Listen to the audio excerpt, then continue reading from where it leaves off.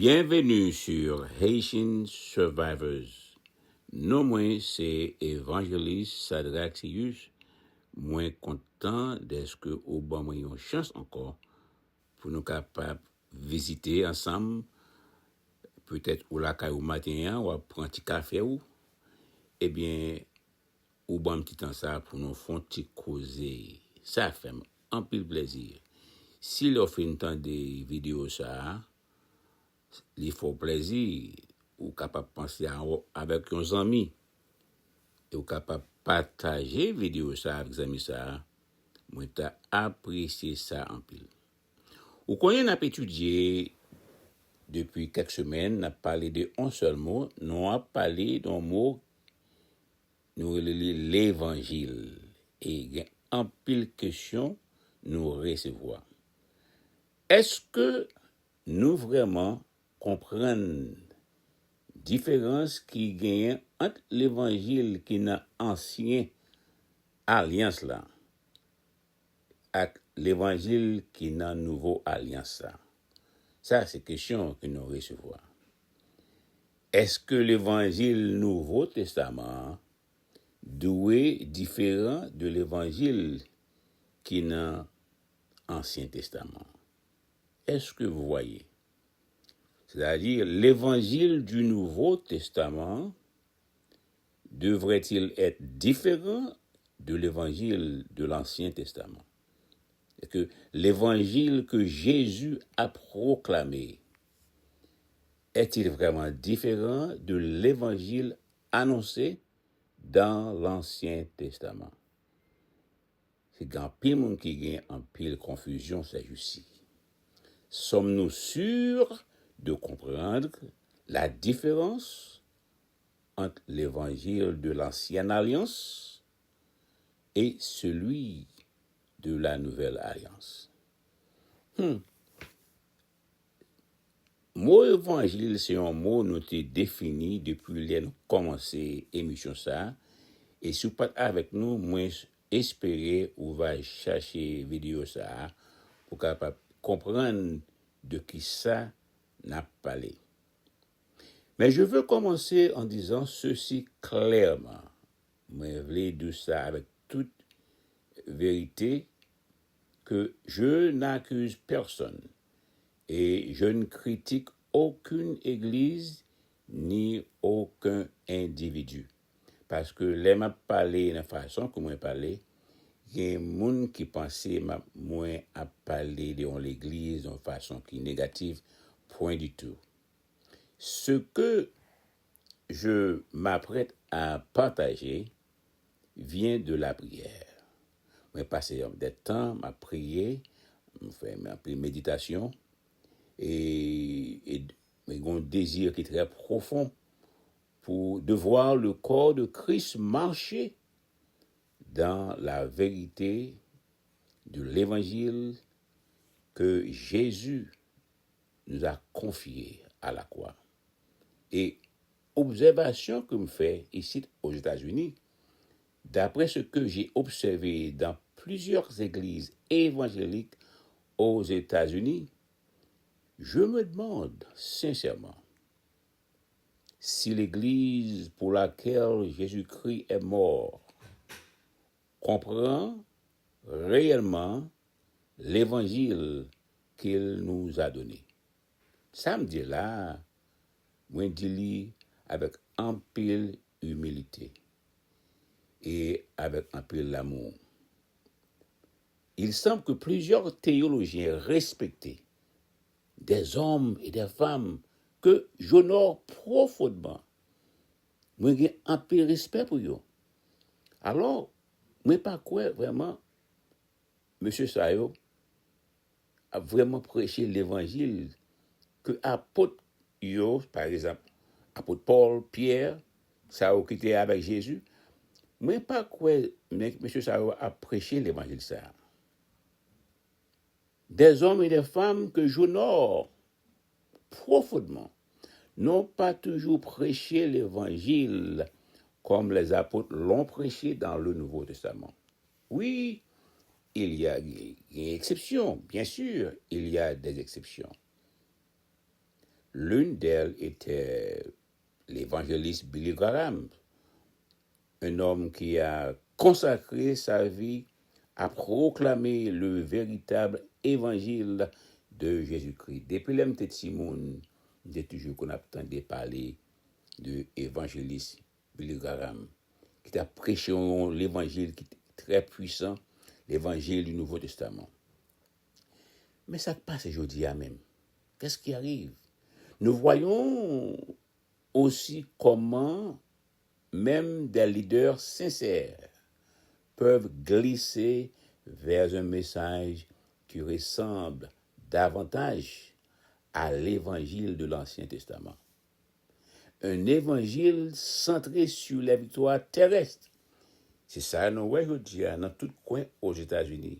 Il y a prêché l'évangile qui est centré sur délivrance nationale, l'évangile qui est centré sur prospérité, l'évangile qui est centré sur politique, au lieu de l'évangile du Nouveau Testament. Eh bien, qu'on y a mon raison pour demander, est-ce que vraiment il y a une différence entre l'évangile du Nouveau Testament et l'évangile de l'Ancien Testament? Mes amis,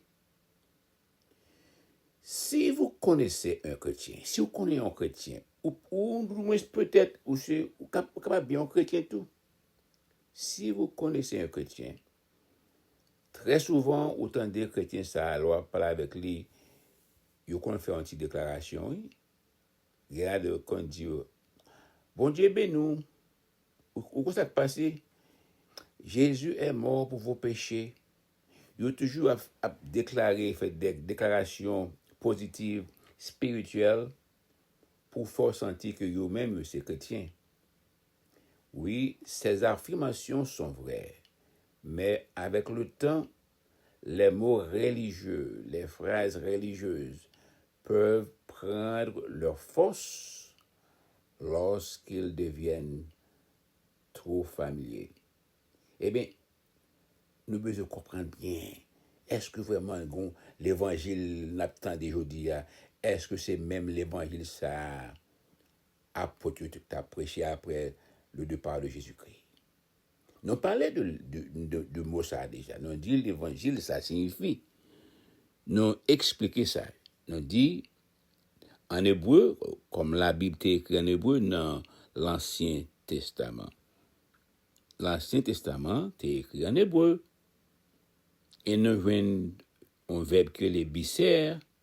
Et des verbes bisères, ça, nous avons un nom que les bessora. Et ça signifie bonne nouvelle.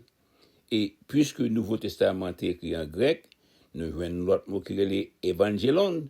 Et le mot évangélon, ça, il signifie bonne nouvelle tout. Tout mot ça aussi signifie bonne nouvelle. Pas vrai? Mais comment l'évangile est utilisé, mes chers frères et sœurs, dans l'Ancien Testament? L'Éternel t'a délivré aujourd'hui de tout ce qui s'élevait contre toi. Ça, c'est une déclaration qui était faite dans l'Ancien Testament. 2 Samuel, chapitre 18, verset 31. Ça fait nous voir que bonne nouvelle, l'été utilisé bonne nouvelle. Ça, évangile, ça, dans l'Ancien Testament, c'était toujours les gains une victoire. Par exemple, si deux armées, deux rois bataille, sacré qui gagne victoire, eh bien, victoire, ça a été venu, une bonne nouvelle. Et ordinairement, les délivrance nationale, ça, c'était une bonne nouvelle. 2 Rois, chapitre 7, verset 9. Ce jour est un jour de bonne nouvelle. Est-ce que vous voyez ce que je vous dis? Voilà. Donc, une bonne nouvelle est employée dans l'autre sens dans l'Ancien Testament. Il y a un exemple qui est plus clair. Où songez David? Roi David était en pile petit. Un petit roi David, non monsieur, c'était Absalom. Qui est-ce qui par exemple entendait parler de Absalom? Absalom, petit garçon David, roi David, à un moment donné, il fait peuple là, il fait tout soldat David penser que ils sont bons garçons, homme de bien, et puis, le peuple a tombé d'amour à monsieur. Et bien, qu'est-ce qu'il fait? Il prend le royaume dans les mains de David. David courit, s'il n'a pas couru, il t'a tué, monsieur. Et bien, pendant David était dehors, dans caché, Absalom t'a perdu la ville. Et les Absalom t'a perdu la ville, ça, c'était une bonne nouvelle pour Israël. Malgré que David pas content, il était triste, mais ça, c'était une bonne nouvelle pour David et pour Israël. C'est ça, il y aurait une bonne nouvelle, c'est ça, il y aurait l'évangile dans l'Ancien Testament. Et il y a plusieurs autres exemples toujours qui fait évidence, qui bat évidence comment l'Ancien Testament est utilisé bonne nouvelle. Mais ça qui arrivait pour dans le Nouveau Testament, les Christ arrivait, les rentrer, les porter en l'autre bonne nouvelle qui était différent à bonne nouvelle de l'Ancien Testament. Parce que l'Ancien Testament, bonne nouvelle là, était dictée par la loi. Christ venu, il écrasait la loi, il remplaçait la loi par la grâce. Il écrasait tout ça qui était en bas loi, il remplaçait par la grâce. Il dit, vous n'êtes plus sous la loi, mais sous la grâce. Romains 6, verset 14. Cette coupe est la nouvelle alliance en mon sang. Luc 22, verset 20. Est-ce que c'est ça? Jésus, il est venu, il briser la loi. Il a une victoire éternelle. Il a un salut. Il a un espoir. Il a brisé l'évangile de la loi.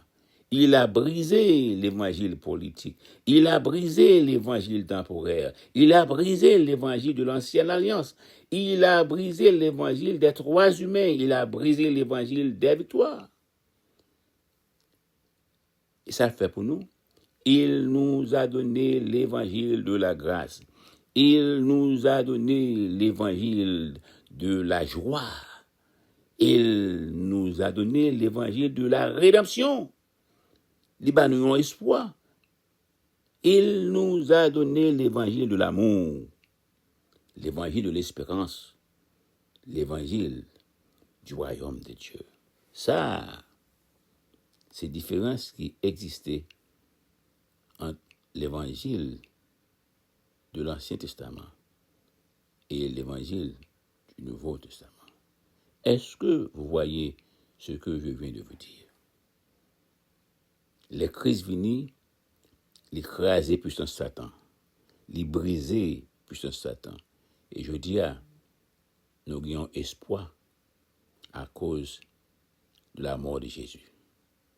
Est-ce que vous comprenez ce que je viens de vous dire? Moi, espérer que vous attendez avec un peu d'attention. Parce que il y a un peu de confusion aujourd'hui sur l'évangile de l'Ancien Testament et l'évangile du Nouveau Testament. Songez, ça Christ est fait pour nous, sous la croix du calvaire. Il brisait la loi. Et qu'il y a nous la grâce. On nous vit pour Jésus-Christ. On nous essaie mener au monde, on l'autre zambali tout. Parce que sous sauver ou pas doit sauver, c'est peut-être pas. Mais vivre de façon pour un monde capable pour l'évangile d'aller vraiment dans vous-même. Et capable de gagner l'autre âme pour le royaume de Dieu. Elle dit non. Si ça m'a dit là, l'important pour aimer sortant de là, moi, t'as souhaité et moi espéré ou partager ça avec nos amis. Parce que nous devons comprendre la différence qui existait entre l'évangile qui était dans l'Ancien Testament et l'évangile, je dis, qu'on a prêché.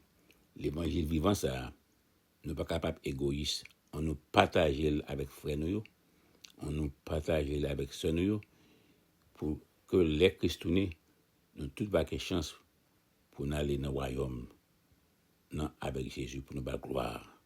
Continuez voilà avec lui pour tout le temps. Que Dieu vous bénisse. Sadraxius.